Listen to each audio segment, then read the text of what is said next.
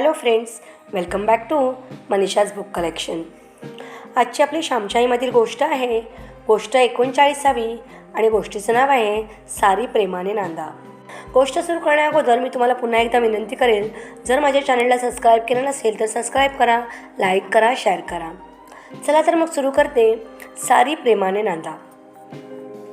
श्यामच्या गोष्टीत सुरुवात झाली होती. दूर कुत्री भुंकत होती. वडार लोक उतरले होते, त्यांची ती कुत्री होती. सखूमावशी रात्रंदिवस माझ्या आईची शुश्रूषा करीत होती. ती जणू उपजत शुश्रूषा कशी करावी ह्याचे ज्ञान घेऊन आली होती. जन्मजात परिचारिका ती होती. आईला स्वच्छ असे अंथरूण तिने घातले. स्वतःच्या अंथरुणावरची चादर तिने आईखाली घातली. उशाला स्वच्छ उशी दिली. एका वाटीत खाली राख घालून थुंकी टाकण्यासाठी ती आईजवळ ठेवून दिली. तिच्यावर फळीचा तुकडा झाकण ठेवला. दररोज ती वाटी मावशी स्वच्छ करीत असे. दारे लावून 2 दिवशी आईचे अंग नीट कडक पाण्यात टॉवेल भिजवून ती पिळून त्याने पुसून काढी. तिने बरोबर थर्मामीटर आणले होते. ताप बरोबर पाही. ताप आधी कळू लागला तर कोलन वॉटरची पुट्टी कपाळावर ठेवी. आईच्या खाली मेन कापडावर कागद घालून त्यावरच आईला शौच कराव्यास ती सांगे. तो कागद मग ती काढून घेई व दुसरा घालून ठेवी. आईची जितकी काळजी घेणे शक्य होते तितकी ती घेत होती. आईला ती भात देत नसे. तिने रतिबाचे दूध सुरू केले. सकाळी विरजलेले दूध रात्री ढवळी व रात्रभर विरजलेले दूध सकाळी ढवळी. ते गाळून घेई, नाहीतर त्यात लोणी आवायचे. असे ते अधमुरे ताक मावशी आईला द्यावायची. येताना तिने मोसंबी आणली होती. पुरवून पुरवून त्याचा रसही ती देत असे. साऱ्या जन्मात आईची कधी व्यवस्था नव्हती अशी मावशीने ठेवली होती. साऱ्या जन्मात हाल झाले, परंतु मरताना मावशीने हाल होऊ दिले नाहीत. मावशी म्हणजे मूर्तिमंत, कळकळ व सेवा, अत्यंत निर्लस व व्यवस्थित. ती मथीसारखी म्यावम्याव करते आहे. तिला आज भात नाही का रे घातलास? आईने विचारले. आईच्या आवडत्या मांजरीचे नाव मथी होते. मथी दुधाणीला कधी तोंड लावित नसे. तिला थेंबर दूध घातले म्हणजे पुरत असे. मोठी गुणी मांजर. आई आजारपणात त्या मांजराची चौकशी करत असे. अक्का, तिला भात घातला परंतु ती नुसते तोंड लावी. दुधातुपाचा भात, परंतु तिने खाल्ला नाही. खाल्ला असेल उंदीर बिंदीर, मावशी म्हणाली. नाहीतर पोटबीट दुखत असेल तिचे. मुख्खी बिचारी. बोलता येत नाही, सांगता येत नाही, आई म्हणाली. आईचे दुखणे वाढतच होते. दुखण्याचा पाय मागे नव्हता, पुढेच होता. मुंबईहून माझा मोठा भाऊ 4 दिवसांची रजा घेऊन घरी आईला भेटाव्यास आला होता. नुकतीच त्याला नोकरी लागली होती. रजा मिळत नव्हती. मोठ्या मिन्नतवारीने 4 दिवसांची रजा मिळाली. आईला पाहून त्याला भडबडून आले. आई, काय गई तुझी दशा? तू इकडे होतीस, कामे करीत होतीस.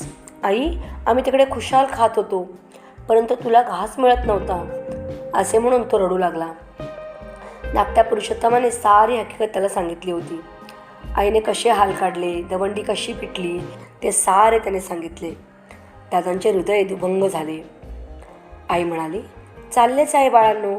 या देहाला चांगले दिले काय, वाईट दिले काय, जोपर्यंत देवाला यंत्र चालवायचे आहे तोपर्यंत ते चालवणार. तू वाईट वाटून घेऊ नकोस. तुम्ही का तिकडे चैन करता? तूही दिवसभर काम करतोस. तू 5 रुपये पाठवलेस, मला धन्य वाटले. तू 19 रुपयातून त्यांना 5 रुपये पाठवलेस. खरेच मुठभर मांस मला चढले. मुलाकडून आलेली पहिली मनी ऑर्डर म्हणून त्यांना आनंद झाला. आता मला चिंता नाही. तुम्हाला तयार करणे एवढेच माझे काम. तुम्ही गुणी निघालात, चांगले झाले. तुम्हाला पैसे मिळोत वा न मिळोत, तुमच्याजवळ गुणांची संपत्ती आहे. आता मला काळजी नाही. श्याम तिकडे आहे. ह्या पुरुषोत्तमाला मावशी तयार करील. एकमेकांना प्रेम द्या, परस्परांस विसरू नका. आई जणू निर्वानिरव करीत होती. आई, मी येथेच राहू तुझ्याजवळ? राहू का? काय करायची ती नोकरी? आईची सेवा हातून होत नसेल तर नोकरी कशाला? आई, मला नोकरीची हाव नाही, खरोखरच नाही. तुझ्या पायांच्या शिमेपेक्षा वरिष्ठांचे बूट मला पूज्य नाहीत. आई, तुझे पाय, तुझी सेवा यातच माझे कल्याण, माझे भाग्य, माझा मोक्ष, माझे सारे काही आहे. आई, तू सांगशील तसे मी करेन. राजीनामे लिहून आणला आहे, देऊ का पाठवून? दादा कहीवरून बोलत होता. आई विचार करून हळूच म्हणाली, गजू, सध्या सखूमावशी येथे आहे. नोकरी आधीच मिळत नाही. मिळाली आहे मुश्किलीने, ती ठेव. त्यांना 5 रुपये पाठवीत जा. 2 पाठवलेस तरी चालतील, परंतु दर महिन्याला आठवण ठेवून पाठव. त्यांच्या सेवेत माझी सेवा आहे.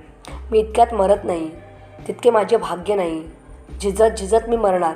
फारच अधिक वाटले तर पुन्हा तुला बोलावून घेईन हो बाळ. दादा परत मुंबईत जावयास निघाला. अभागी श्यामप्रमाणे अभागी गजानन निघाला. आईचे हे शेवटचे दर्शन अशी त्याला कल्पना नव्हती. आईच्या पायावर त्याने डोके ठेवले. आईच्या तोंडाजवळ त्याने आपले तोंड नेले. आईने त्याच्या तोंडावरून डोक्यावरून आपला कृश हात, प्रेमाने थपथपलेला हात फिरवला. तो मंगल हात फिरवला. जा बाळ, काळजी नको करू. श्यामला मी बरी आहे असेच पत्र लिहा. उगीच काळजी नको त्याला. सारी प्रेमाने नांदा. एकमेकास कधी अंतर देऊ नका. आईने संदेश दिला. जड अंतकरणाने दादा गेला. कर्तव्य म्हणून गेला. संसार मोठा कठीण आहे हेच खरे. तर मग मी इथेच थांबवते आजची गोष्ट. पुन्हा भेटूया श्यामच्या दुसऱ्या गोष्टीत. तोपर्यंत स्टे ट्यून.